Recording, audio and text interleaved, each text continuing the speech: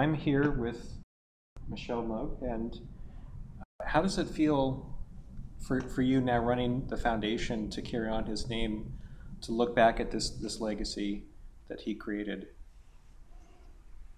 It feels, well, the word awesome comes to mind, but it's so overused right now. But it's inspiring. That's what it is. That's the word I needed. It's so inspiring to look back at not only what Bob Moog did, but how he did it and the people that are incorporated in that legacy. But what's really almost breathtaking is the amount of people that the Moog legacy has touched, that Bob Moog touched through his instruments and through just being this really open, generous, humble guy. That just really touched a lot of people too. I'm in a place where I hear lots and lots of feedback to that effect. And when he was ill and he passed away, we literally got thousands and thousands of emails of people telling us how he had changed their lives, either with something personal or through the music or through the instruments. So it's an amazing legacy. I feel very lucky to be doing what I'm doing. What was your father's goal beyond the invention of the Moog synth? What he had a vision that expanded beyond just the invention of the instrument. Absolutely. What he would say is he considered himself a toolmaker. He was at the kind of the bequest of the musicians. His end goal, kind of his beacon, was giving musicians the highest degree of expressivity for their creativity, so that they could create and communicate the music to the audience. That was really his goal. And that's what he was always pushing for, that increased creativity. And of course, one of Bob's final visions was to see the instrument expand, so that it, as it's being shown by Dr. John Eaton, that it would really be fully realized as a complete instrument with all the sensitivity and range that it was capable of. So it seems as though Bob never stopped in the extension of his original vision, and where it would lead as it continued to develop. Yeah, that's true. And I was just recounting that he worked on that keyboard for 20 years, and it was somewhat of a little kind of joke in our house because it was taking so long. But it was John who pulled me aside at one point and said, don't joke about it, because the reason it took so long is because every time he perfected it, he thought of a way to expand what he was doing. He thought of a better way to do it. So he was always searching for expanding on the possibilities. And now you're carrying on his legacy with the foundation in his name. And can you share a little bit about what the goals of the foundation are, and what you would like to see happen with his work? Sure. The Bob Moog Foundation's mission is to educate and inspire people through electronic music. And we got that directly from Bob's legacy itself, because that's really what he did, and we want to carry that on. We have a specific goal of bringing electronic musical instruments into the schools to teach kids the science behind the sounds of electronic music. And we started kind of a pilot program in Asheville, North Carolina, where we're based, and it's gone over really well. We've been bringing theremins and effect pedals and oscilloscopes into the schools and letting kids see the waveforms and really helping them understand sound and music from the ground up, which is not something that they always get. We want to make sure that when they get into the world and they press a button on a workstation synthesizer, that they understand what the principles are of that and where it all came from. And something else that we're doing is we are preserving Bob's extensive archive.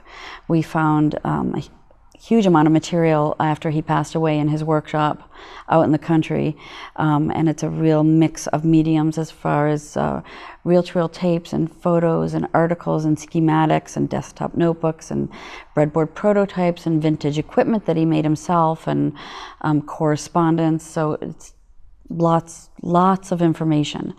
And I've been there, through the archives with a few people. We haven't cataloged it all yet, but we've been through almost all of it, and we'll pull out these notes of instruments no one ever knew he worked on, except for maybe him and the other person and my mother.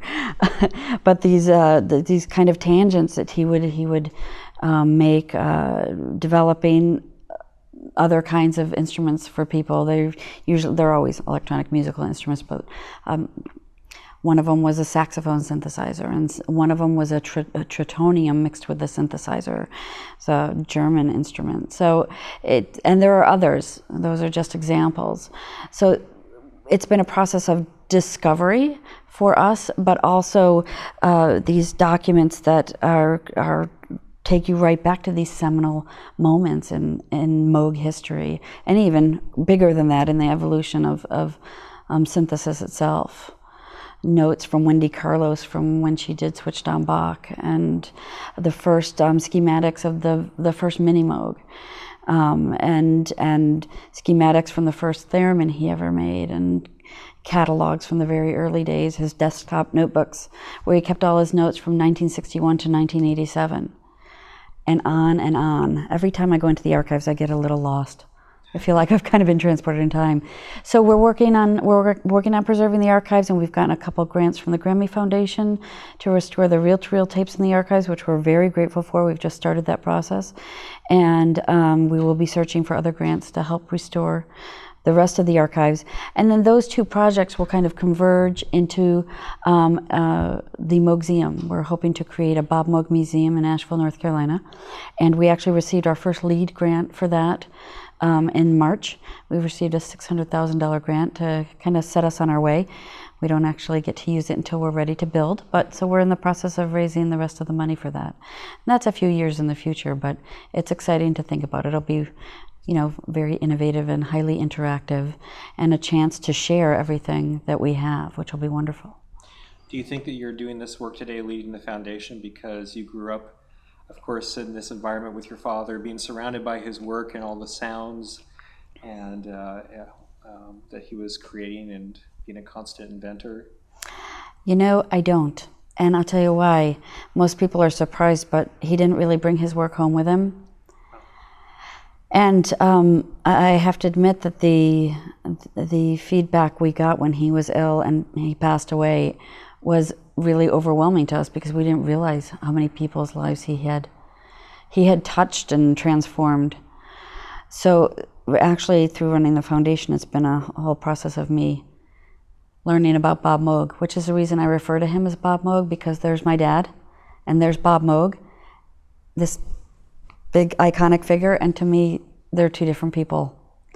So I'm sure that my childhood maybe had a little bit to do with it, but for me, what really inspires me is what I learned after he passed away, about how he's touched so many people.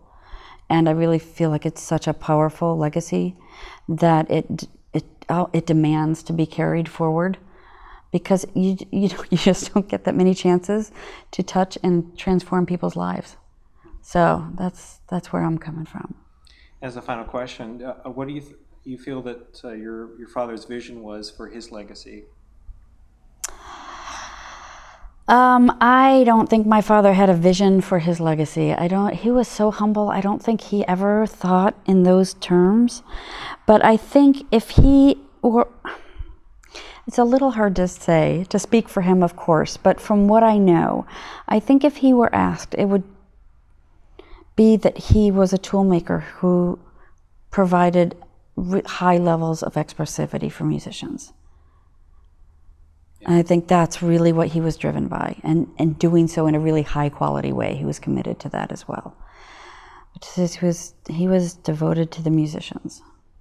Yeah, it's a great legacy. Yeah. Thank you for taking this time. Let's bring over John, Dr. John Eaton.